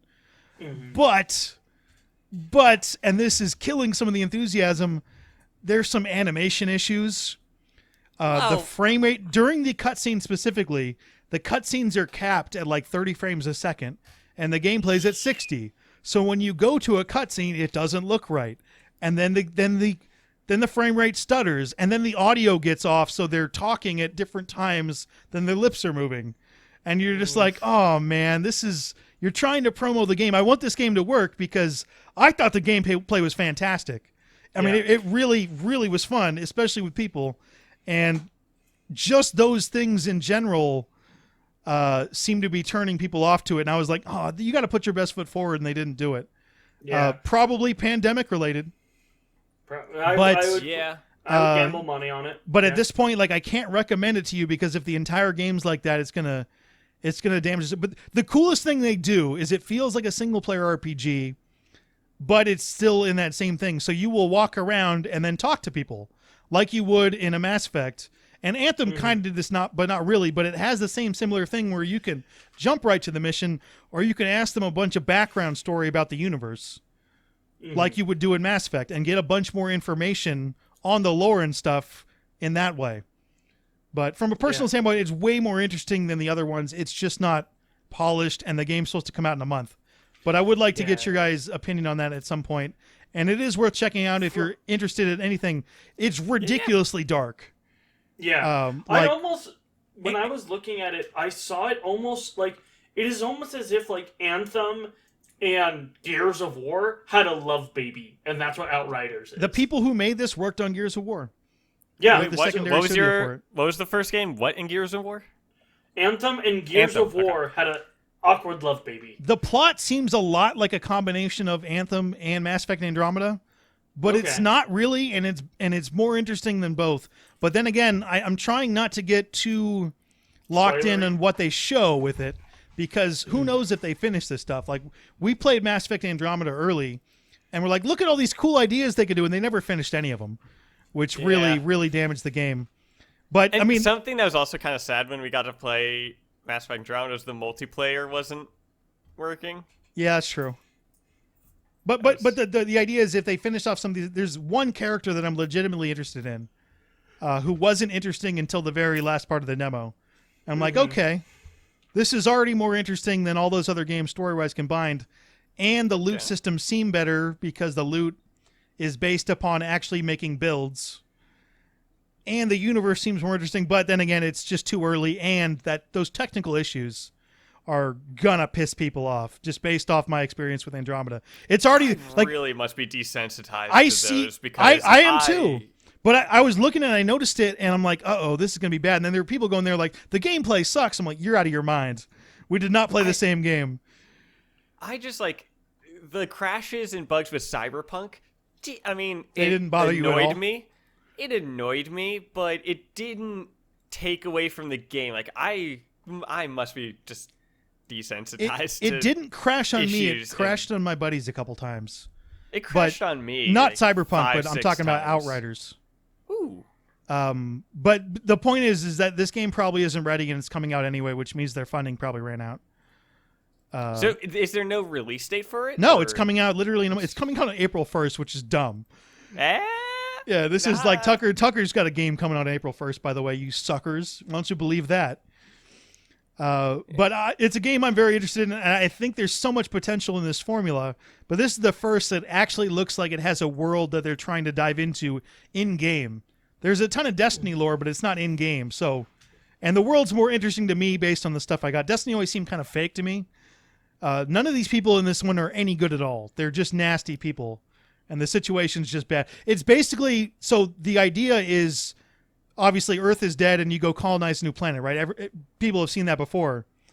The colonization is basically on the verge of failure, and that's the plot, where they landed in this valley, and now they can't get out, and they're all going to die. And you're trying, so that's more interesting to me right there. And they didn't tease that in the video, so already I'm interested. But again, I can't recommendate it. That's my new word, because of just those buggy issues and how mad I know Mass Effect fans get, because it does take you out of the story. There was this woman who had something interesting to say, and I was listening to her, and her fucking shoulders started freaking out. It was like repeatedly popping in and out of its socket. And I'm like, So, anyway, I hope it does well. I'm a little bit worried that this is going to squash it, but if it does well, it's got crossplay and we can play it at some point. Ooh, that'd be cool. Yeah, I'll get my shit together, I promise. No, you won't. I'll try. Well, okay, I mean, that one I Scott, believe. I believe you'll try. I have faith in you, Scott. I believe in you. Thank you. Thank you. Like all right. someone does. I have no faith in it. Now I'm taking my Sharks frustration out on Scott. Sorry, Scott. I want to go yell at billionaires that I pay money to. That just means that Scott is now like a full member of the podcast now. It is. It actually is. It's a good sign. I don't know how I feel about that, but that might be How are we going to get Henry Cavill on the podcast if you don't even want to be on the podcast? Yeah, no. It wasn't that. It was. I was more Scott, just making this is the best podcast. He's listening. He's not listening at this point. No. He may have turned off once we stopped talking about him. He may have been like, maybe. No, okay. I was more talking about the imposter syndrome. Like, what? I'm not a full part of this. What? No. Yeah. They're just still guest starring me. It's fine. Man. That's just the imposter syndrome talking. Don't mind me. Oh, yeah. You guys ready for the final Tuchanka character and the obscure Mass Effect character of the week? No, Tachanka itself is going to be the obscure character. But it's not obscure. It's a main landing point in the Mass Effect games. You go I like how that games. was the point, not it not being a character. So there's a theory that Tachanka might be a Reaper. Your theory's... That's the dumbest theory I've ever heard. It's alive. Which is not true. It is not the dumbest theory I've ever heard, and it's not even the dumbest theory that you've come up with, but that's a dumb theory. Yeah, I've come up with some pretty dumb shit. So this one is Ratch, who is a merchant you meet on Tachanka, who wants you to kill Pyjax. What was his name? Ratch. Oh, I remember him. Ratch. Every single character in Tachanka has something really hilarious to say. Said they were stowaways. They swarmed off a ship and started stealing food and shitting everywhere. I can't imagine you let him walk away after that. Not a chance. One ball of Pyjok dung nailed the leader of Clan Forsan across the forehead. That's apparently grounds for execution. Isn't so I dropped their name by like the first noise that they make or something? Or I feel like I should know that, and I don't. You should. Yeah. I don't know. I don't think so. Some of them are more complex.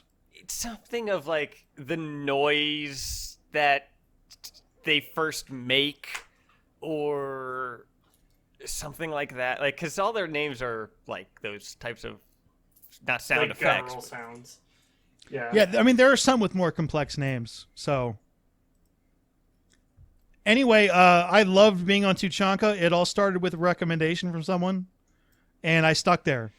But now I'm going to get to all of your recommendations. I have 5 lined up and have the audio for, and there are 2 more audio clips. I'm still looking. If you want to recommend a character that's an obscure character in Mass Effect to us, write into accidentallycasual@gmail.com. 2 qualifiers. One, it has to be a less obscure character than Conrad Werner. So there have been a couple that didn't really qualify. And second, I need to find an audio clip with my own gameplay or with your gameplay. So that's going through. After I go through the remaster, I will be breaking that all down. So I'll get almost everybody's. But I've found some more audio, and we got 5 pretty good recommendations lined up. If you want to recommend someone, like I said, email us. Although, if the planet you send me to look for the audio is too interesting, I might get sidetracked for months, because I just proved that. So be careful.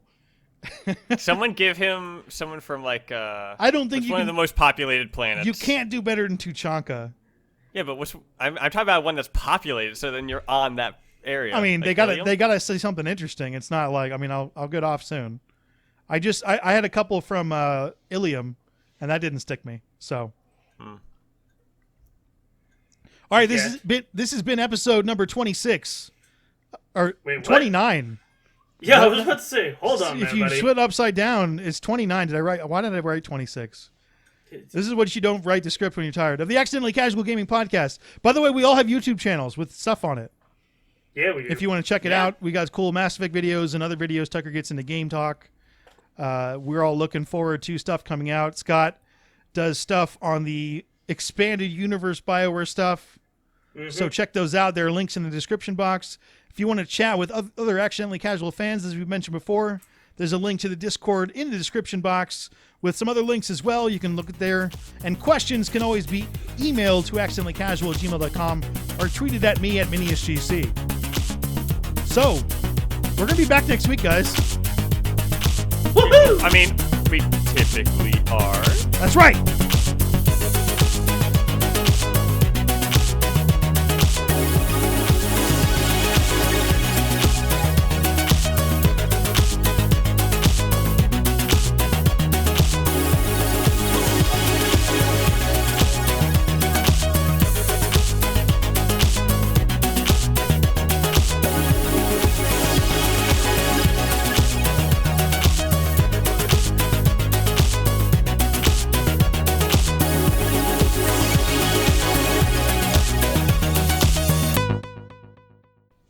Okay, that's the end of the show. I don't think we have a time where we haven't. No, we've actually hit quite a few. We've been pretty consistent with the time. We've been very consistent. Yeah, it's actually. Yeah. And that was like a major concern that you kind of had. Well, yeah. I mean, it's enough technical issues, but we're doing pretty well. All right, I'm stopping the recording.